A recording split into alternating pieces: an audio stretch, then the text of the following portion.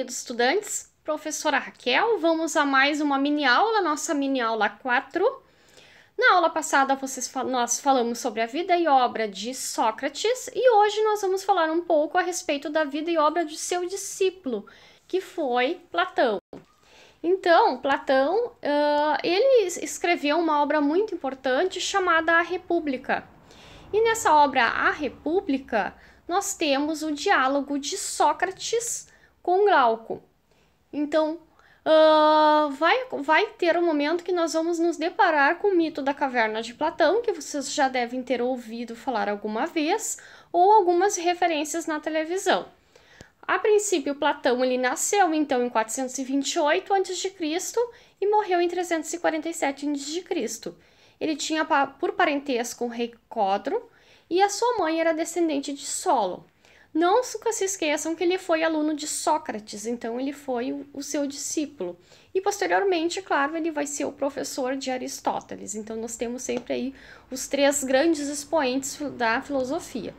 Ele também inaugurou uma academia chamada Academos e ele estabelece uma coisa muito importante que é dentro do gênero literário, que é o diálogo. Então ele vai falar sobre o diálogo, sobre essa alegoria que houve na caverna de Platão.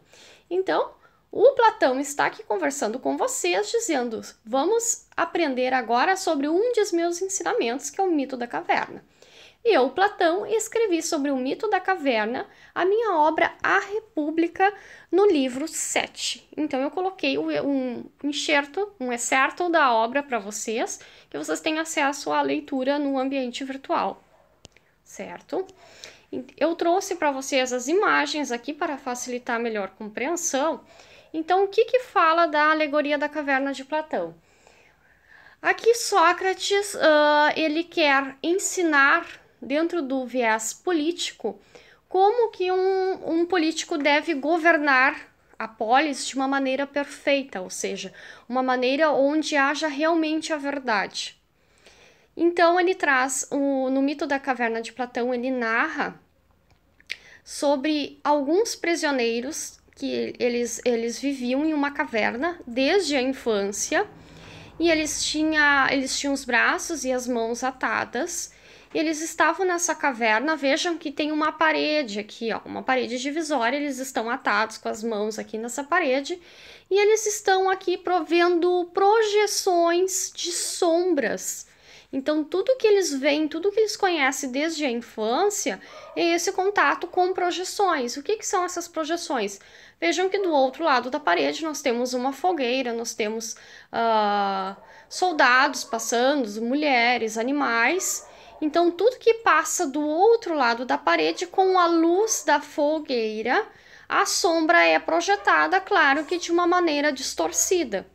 Os prisioneiros, como desde a infância estão ali, eles acreditam que todas aquelas sombras, o mundo se resume àquilo ali, e que aquilo é real, que aquilo é a verdade. Só que depois, passado algum tempo, um dos prisioneiros acaba se soltando. E ao se soltar, ele começa a passear ali pela caverna e ele descobre então o que tem do outro lado da parede e acaba descobrindo a saída da caverna. Veja aqui eu destaquei para vocês a parede, ó, os prisioneiros. Fui narrando aqui as pessoas, né, a imagem que é projetada. E, ó, o que aconteceu? O prisioneiro acaba saindo, um dos prisioneiros acaba saindo. Então, o que acontece quando ele sai? Quando ele sai, ele se depara com a luz. A princípio, a luz é muito incômoda aos seus olhos, porque ele passou anos num local escuro, só com a iluminação, então, da fogueira e com aquelas projeções de imagens distorcidas, pensando que a realidade fosse tudo aquilo. A princípio a luz incomoda, mas pouco a pouco ele vai se acostumando e vai gostando ao fazer novas descobertas que o mundo é muito mais do que ele imagina. E ele fica espantado ao saber, né, que aquilo não passava de sombras distorcidas, que aquilo não era a realidade. Deixa eu colocar aqui meu carregador, desculpe. Então, ele tem duas opções, ou ele vai viver, porque antes ele era prisioneiro, né? Ou ele vai viver a vida dele em liberdade, ou ele pensa nos seus companheiros, ele volta para resgatar os seus amigos. A princípio, então, quando ele volta, né, ele volta e conta toda essa narrativa para os seus prisioneiros e tenta libertá-los, né. Quando esses prisioneiros saem, eles ficam achando ruim essa questão de querer sair de dentro da caverna. Eles acham muito incômodo a questão da luz também. Por quê? Porque é um comodismo. Se acredita que aquilo é a verdade, porque eles estão ali desde a infância e aquilo é cômodo, ou seja, eles se acostumaram com aquela situação. Então causa um certo espanto. E o que a gente aprende com esse prisioneiro? Então ele abriu os olhos, ele deixou de ser prisioneiro, ele abriu os olhos e viu que o mundo era muito além daquilo que ele imaginava. E isso a gente traz para a nossa vida, com toda a sociedade. Então, muitas vezes a sociedade ela está presa dentro dessa caverna, né? Essa caverna como se fosse o nosso corpo. Nós somos prisioneiros, muitas vezes, da mídia, né? Que parece que tudo aquilo que está na mídia é verdade, não é. Muitas vezes as pessoas elas não se questionam sobre tudo aquilo que são expostas. Nós temos aí uma gama enorme de fake news que surgiu, especialmente agora nesse período de pandemia, e muitas vezes você, jovem adolescente, acaba por não se questionar.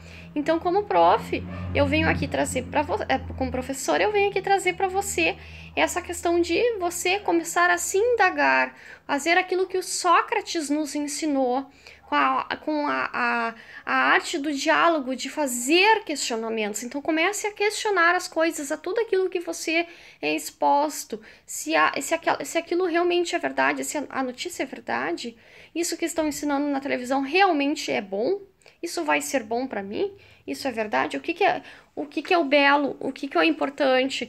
Comecem a indagar as coisas. Então, o que o mito da caverna ele vai nos ensinar? Primeiro, ele nos deixa lições. Vocês vão explorar mais profundamente isso posteriormente. Porém, eles nos deixam coisas uma lição que ele nos traz é que as coisas materiais são sombras. Então, nós temos aí riqueza, poder e prazeres. Então, a mídia, especialmente a mídia, ela prega muito isso da riqueza, do poder e dos prazeres. Muitas vezes eu observo nas aulas, como eu sou professora de português, eu vejo alunos muito preocupados com a questão da estética, da aparência. O que é o belo, o que é o feio, né?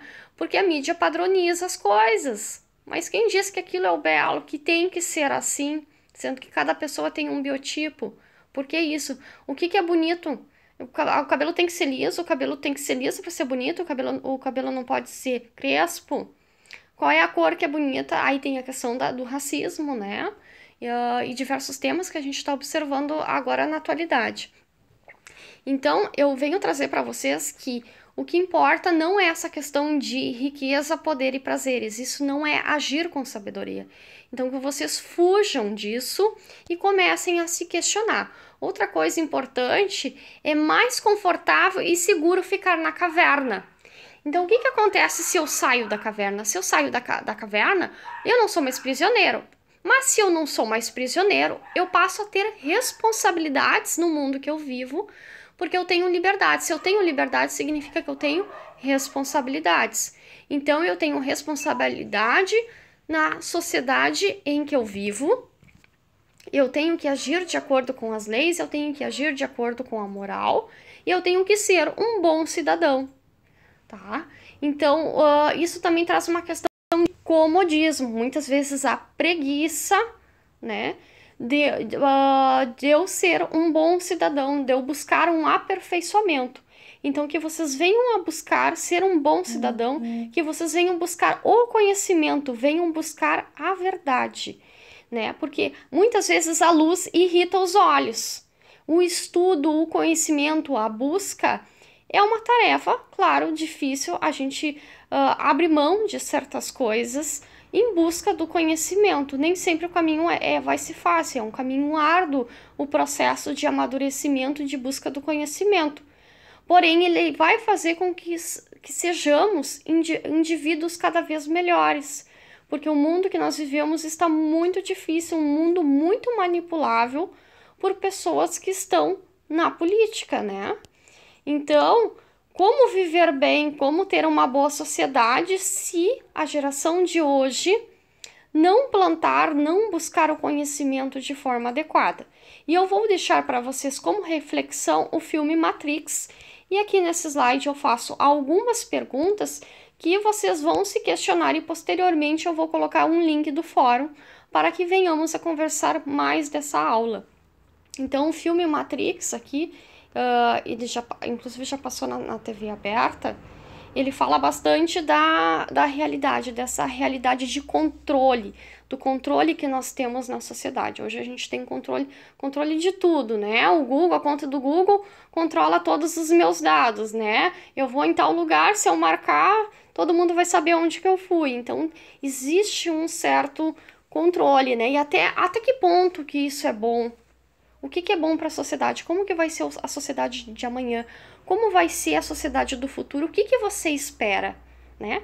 Então, vamos despertar, vamos sair da caverna. E você é o meu convidado. Grande abraço, professora Raquel.